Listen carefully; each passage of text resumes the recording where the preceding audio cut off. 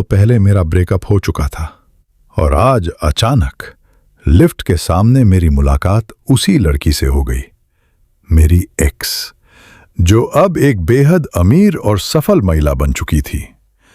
जैसे ही उसकी नजर मुझ पर पड़ी और उसने मेरी गोद में एक छोटे बच्चे को देखा, वो पहली बार घबरा गई। उसके चेहरे पर वो ठंडापन नहीं था जो कभी मेरी यादों में बस गया था, लेकिन उस वक्त मेरे दिमाग में कुछ और ही चल रहा था।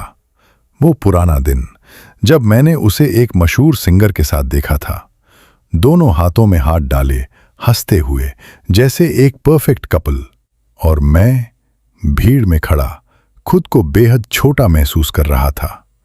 मेरी हीन भावना ने मुझे अंदर से तोड़ दिया और बिना कुछ कहे मैं उसकी जिंदगी से गायब हो गया। ना कोई ब्रेकअप, ना कोई अलविदा, बस खत्म। रुको! उसकी आवाज ने मुझे वर्तमान में वापस खींच लिया। मैं जाने लगा था, लेकिन उसने मेरा रास्ता रोक लिया।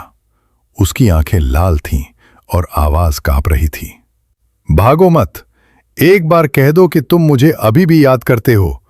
कहो कि तुम मुझे भूल नहीं पाए। मैं चुप रहा।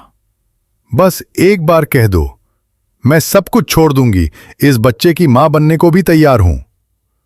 मैंने कुछ नहीं कहा, क्योंकि सच ये था, वो बच्चा मेरा था ही नहीं। वो मेरी भांजी थी, जिसे मैं अपनी बहन के जन्मदिन पर लेकर आया था।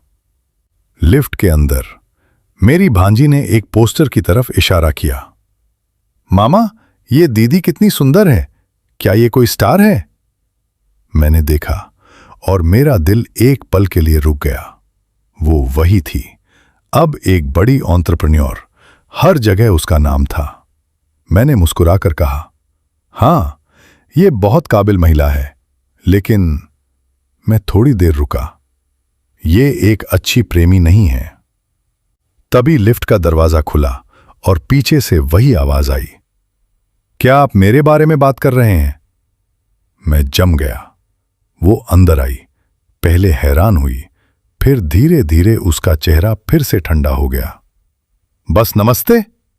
उसने कड़वाहट से पूछा। मैंने सिर हिला दिया। बस इतना ही काफी था, क्योंकि अब हमारे बीच कुछ भी बाकी नहीं था। लेकिन वो मानने वाली नहीं थी। सीढ़ियों के पास उसने मुझे पकड़ लिया और दीवार से सटा दिया। उसकी आंखों में आंसू थे। एक बार खो दिया, अब दोबारा नहीं खोऊंगी। और इससे पहले कि मैं कुछ समझ पाता, उसने मुझे चूम लिया। मेरा दिल बेकाबू हो गया। मैंने खुद को छुड़ाने की कोशिश की, लेकिन वो टूट चुकी थी। क्या अब भी वापस नहीं आ सकते? उसकी आवाज में वो ताकत नहीं थी जो दुनिया देखती थी। मैंने खुद को संभाला और धीरे से कहा, अब बहुत देर हो चुकी है। कुछ दिन बाद वो फिर मेरे ऑफिस आई, इस बार एक बिजनेस वुमन बनकर। मुझे एक डायमंड रिंग डिजाइन करवानी है। मैंने ठंडे लहजे में पूछा, किसके लिए?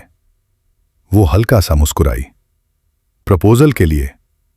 मेरा दिल एक पल के लिए रुक गया, लेकिन मैंने खुद को संभालते हुए कहा, ठीक है, मैं बना दूंगा। मैं जाने लगा, तभी उसने कहा, मैं उसी इंसान को प्रपोज करने वाली हूं जो बहुत जिद्दी है और मुझे बहुत सजा दे चुका है।